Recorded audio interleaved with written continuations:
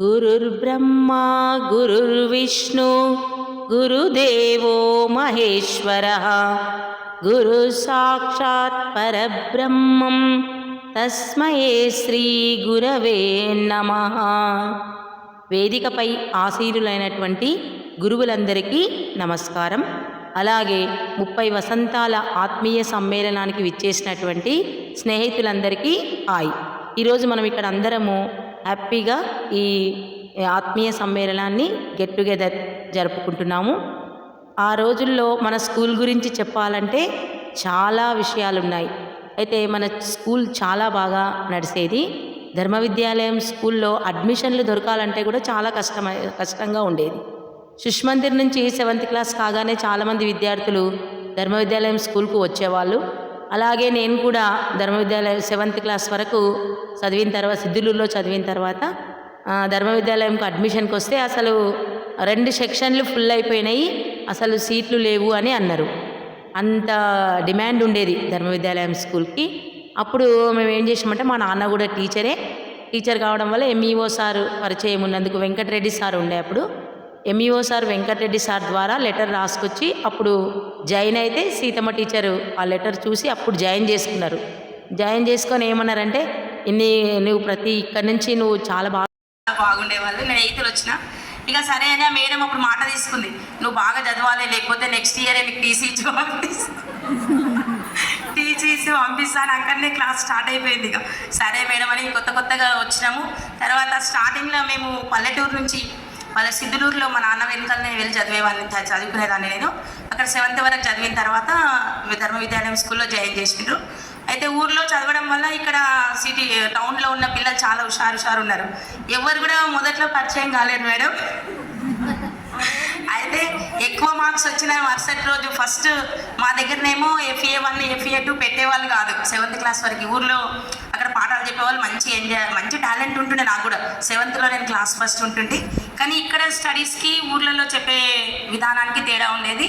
అయితే ఇక్కడ రాగానే ఎవ్వరు కూడా కొంచెం స్టార్టింగ్లో 10 days వరకు ఎవరు ఫ్రెండ్స్ కాలేదు. కానీ ఫస్ట్ అసైన్మెంట్లో 15 మార్క్స్కి నాకు 13 వచ్చినాయి. అప్పుడు ఎవరు సరస్వతి మేడం ఏమన్నా అంటే రాజేశ్వరి అన్నది, గట్టిగా రాజేశ్వరి అని పిలిచింది. పిలవగానే కాదు మేడం నేను జగదీశ్వరి అంటే, ఇక మార్క్స్ మంచిగా వస్తున్నాయి, ఇంకా ఇంప్రూవ్ చేసుకోవాలని చెప్పిన తర్వాత ఇక నెక్స్ట్ యూనిట్ టెస్ట్లో మార్క్స్ 23, 21 అట్లా వచ్చినాయి అన్నిట్లలో. రాగానే పద్మశ్రీ ఫ్రెండ్ అయింది, విజయ ఫ్రెండ్ అనమాట. పద్మశ్రీ వెనకాల స్కూల్కి వస్తుంటే, స్కూల్కి వెళ్ళిన తర్వాత ఎప్పుడు విజయలక్ష్మి పక్కనే కూర్చుంటుండే. నాకు చాలా భయం అవుతుండే, మస్తు భయం అవుతుండే. కానీ విజయ్ ఎప్పుడు నేను ఉన్న కదా ఊరుకోవే అని చాలా ధైర్యం చెప్పేది. నవనీత వాళ్ళది వేరే సెక్షన్, రాధ వాళ్ళది కూడా వేరే సెక్షన్. అట్లా మంచిగా లైఫ్ ఎంత రోజు సాయంత్రం రాగానే ఫ్రెండ్ వాళ్ళ ఇంటి దగ్గర వాటర్ తాగేసి మళ్ళీ వెళ్ళడము. అట్లా చదివేటప్పుడు ఏముంటుందంటే మార్క్స్ ఎవరికి ఎక్కువ మార్కులు వస్తున్నాయి ఇదే పోటీ పడి బాగా ఎంత క్లోజ్ ఫ్రెండ్స్ అయినా నవనీత కానీ విజయ్ కానీ పద్మశ్రీ కానీ రాధ కానీ ఇట్లా కొంతమంది ఫ్రెండ్స్ ఉండేవాళ్ళము. ఎగ్జామ్స్ అప్పుడు మాత్రం మేము చెప్పుకోకుంటే, అక్కడ మాత్రం ఒక్క క్వశ్చన్ అడిగినా నన్ను అడిగి రాసింది అని అంటారని ఎవరిని అడగకుంటే మేము. ఎగ్జామ్ దగ్గర ఎంత క్లోజ్ ఉంటుంది కానీ క్వశ్చన్ ఆన్సర్ చెప్పే అని మాత్రం అడగకుంటే, అట్లా ఒక టెక్తో చదివినాం అనమాట. తర్వాత ఇక ఇంటర్లోకి అయిన తర్వాత నవనీత నేను క్లోజ్ అయిపోయినాం ఇంటర్ ఫస్ట్ ఇయర్ నుంచి.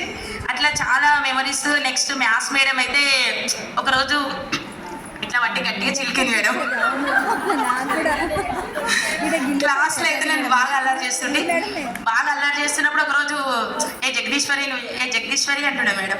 జగదీశ్వరి నువ్వు ఇక్కడ రానే అనగానే నేను నవ్వినా ఎందుకు నవ్వినావు అని చెప్పి ఇట్లా చిలికింది. తర్వాత అమ్మో మ్యాథ్స్ మేడం స్ట్రిక్ట్ ఉన్నట్టుందిరా అని చెప్పేసి మేము ఏం చేసామంటే, మేడంకు తెలియదు మేము వెంకటనారాయణ సార్ దగ్గర ట్యూషన్ పోతుంటుంది.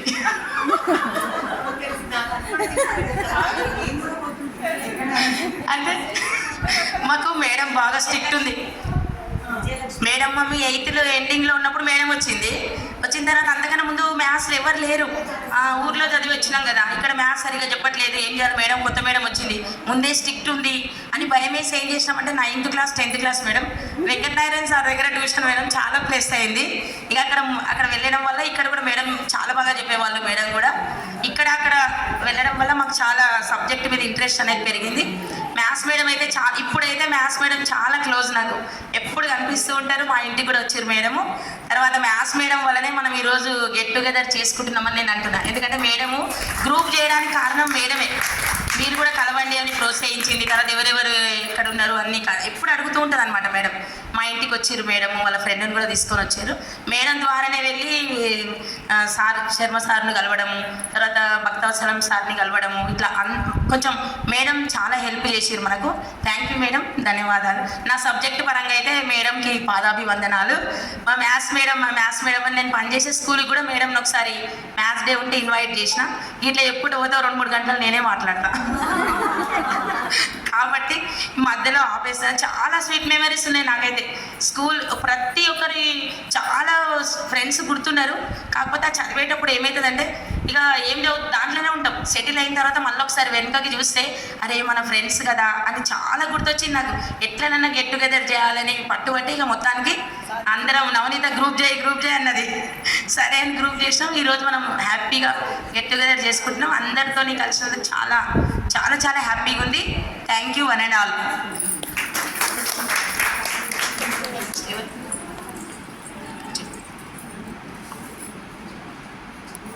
తర్వాత